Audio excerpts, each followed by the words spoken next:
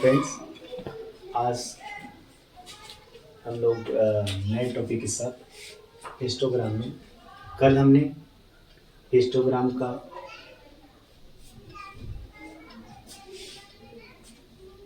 Histogram के बारे में पढ़ा था। हिस्टोग्राम क्या है, इंट्रोडक्शन ऑफ हिस्टोग्राम। आज दोस्तों हम उस हिस्टोग्राम को कैसे आसानी तरीके से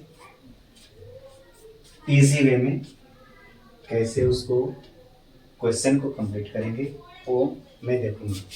ठीक, तो हम लोग आगे चलते हैं इस क्वेश्चन के साथ जिसमें मार्क्स दिया हुआ है। This is the marks and number of the student, यानी 20 to 30 लाने वाले कितने स्टूडेंट हैं। 30 से 40 लाने वाले कितने स्टूडेंट हैं। 6 40 से 50 लाने वाले कितने स्टूडेंट हैं। 10 और 50 to 60 लाने वाले स्टूडेंट कितने हैं। सबसे बड़ी चीज़ ये है कि हम लोग पढ़ते तो हैं बट उसका रिवीजन बहुत ज़रूरी है। आप जो भी क्लास करते हो, आप सबसे रिक्वेस्ट है कि एक बार रिवाइज ज़रूर करना। रिवाइज करने से क्या होगा कि मैथ प्रैक्टिस का चीज़ है, जितना परफेक्ट प्रैक्टिस करोगे उतना ही परफेक्ट बनोगे। इसलिए दोस्तों मैथ में प्रैक्टिस ज़रूरी है। और अब इस हिस्टोग्राम को अब हम लोग टॉपिक पे थोड़ा समझने का प्रयास करेंगे। तो मैं स्टार्ट करता हूँ। आप दो लाइन लोगे, दो एक्सिस है, एक्स एक्सिस है, दिस इज वाई एक्सिस, ये दोनों एक्सिस पे अब हमें देखना ये है कि क्या मेरा क्लास इंटरवल 0 के बाद 20, क्या 20 का डिफरेंसेस है। तो हम लोग ऑब्जर्व करें किसी भी क्लास इंटरवल को हाईएस्ट माइनस लोवेस्ट करेंगे तो हमारा इंटरवल आता है 10, 30 - 20 10, 40 - 30 10, 50 - 40 10। इसका मतलब है कि इसके पहले का जो डेटा है वो गिवन नहीं है। तो हम क्या करेंगे, जब गिवन डेटा नहीं हो, क्योंकि जब ही आप इंटरवल लोगे 20 से स्टार्ट करो, डायरेक्ट क्या से स्टार्ट करो 20, then after 30, then after 40, then after 50, then after 60। तो इस तरह से हम लोग क्लास इंटरवल लेंगे। बट क्वेश्चन ये है कि क्या 0 से 20 के बीच का डिफरेंस 10 है। तो नहीं, 0 से 20 के बीच का डिफरेंस 10 नहीं है, इसलिए यहाँ पे हम किंक लगाएंगे। This is the kink. Kink का मतलब क्या है, किंक ये रिप्रेजेंट करता है कि इसके पहले कुछ डेटा होगा जो गिवन नहीं है, इसलिए इसको लीव करने के लिए कि 0 से 20 के बीच डेटा अवेलेबल नहीं है, गिवन नहीं है, तो हम कहाँ से स्टार्ट कर रहे हैं 20 से, इसलिए इसमें किंक लगाएंगे। अगर डेटा होता तो किंक नहीं लगाते। अब देखेंगे दोस्तों 20 to 30 हमारा क्लास इंटरवल बताता है 20 to 30। तो हिस्टोग्राम में हम कहाँ से रिप्रेजेंट करेंगे, एक तरफ ये हमारा क्या है, दैट इज द मार्क्स, ये मार्क्स है, और ये दूसरे साइड हम लोग रिप्रेजेंट करेंगे number of student, number of students.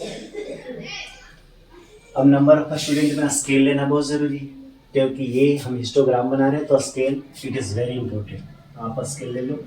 Scale में क्या लोगे, 1 यूनिट। 1 यूनिट किसको कहेंगे, ग्राफ पेपर पे देखते हो 10 स्मॉल लाइन होंगे like this, 1 2 3 4 5 6 7 8 9 10, 10 small line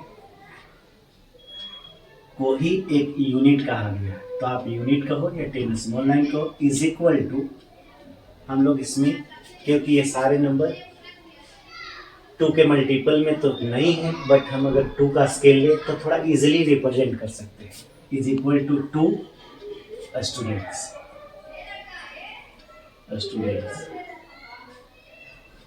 clear लिख देते हैं,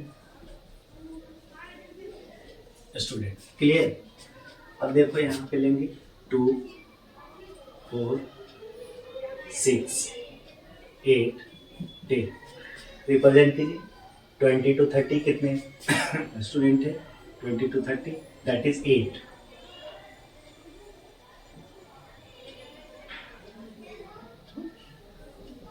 सीधा खींच देते हैं 20 to 30 8 स्टूडेंट, ये मेरा ग्राफ टच किया। 30 to 40 कितने 6, तो चलिए 6 तक 30 to 40 6। उसके बाद हम लोग चलते हैं 40 to 50 40 to 50 10।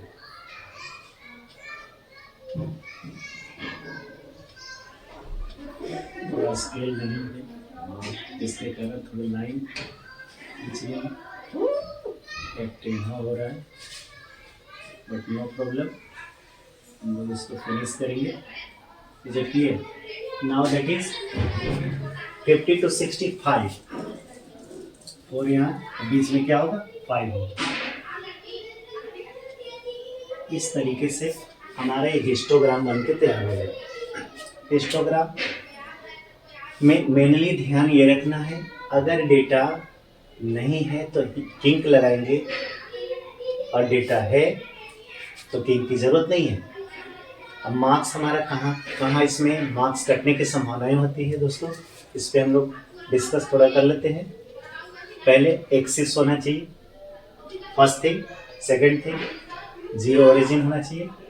उसके बाद प्रॉपर रिप्रेजेंटेशन होना चाहिए कि आप रिप्रेजेंट करने जा रहे हो बोथ साइड। उसके बाद आप क्या करोगे, स्केल बहुत ज़रूरी है, it is very very important. वही कहानी है कि मोबाइल फ़ोन तो है बट बिना सॉफ्टवेयर का। तो डेटा है, हमने हिस्टोग्राम को रिप्रेजेंट किया बट बिना स्केल का। अगर स्केल नहीं तो इस हिस्टोग्राम का कोई इम्पोर्टेंस नहीं है। ये उतना ही ज़रूरत है जितना एक मोबाइल फ़ोन के लिए उसका सॉफ्टवेयर ज़रूरी है। बिना सॉफ्टवेयर का वो खिलौने के जैसा है। तो इस प्रकार हम लोग हिस्टोग्राम का किए और इसी की तरह हम लोग आगे करते चलेंगे। सो एट लास्ट मैं एक बात कहना चाहूँगा विद्यार्थियों के लिए। संस्कृत की एक पंक्ति है कि सुखार्थी न कुतो विद्या, विद्यार्थी न कुतो सुखम। इसका मतलब क्या है?